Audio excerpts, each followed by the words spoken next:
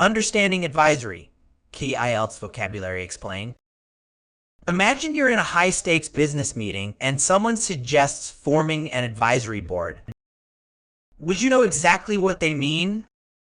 Today, we're exploring the word advisory, a term crucial for IELTS learners aiming for that coveted Band 8.0 score.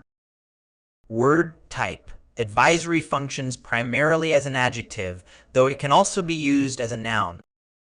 Meaning, as an adjective, advisory means giving advice or making recommendations, typically in an official capacity. It describes something that has the power to advise but not to make final decisions or enforce actions. As a noun, it refers to an official announcement or warning, often related to safety or weather conditions. Word history. The term advisory traces its roots back to medieval Latin advisorius, from advisor, meaning to advise. It entered the English language in the 16th century, initially used in legal context before broadening its application to various fields.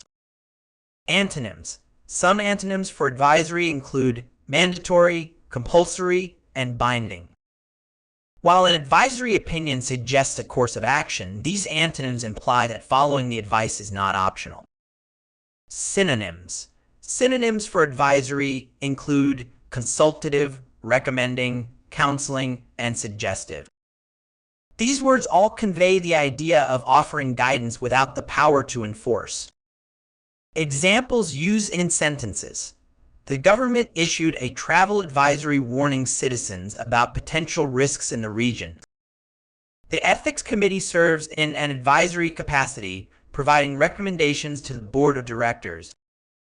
Many universities have student advisory boards to give learners a voice in campus policies. The Weather Service has issued a severe storm advisory for the coastal areas. Common errors in use. One common mistake is confusing advisory with advising.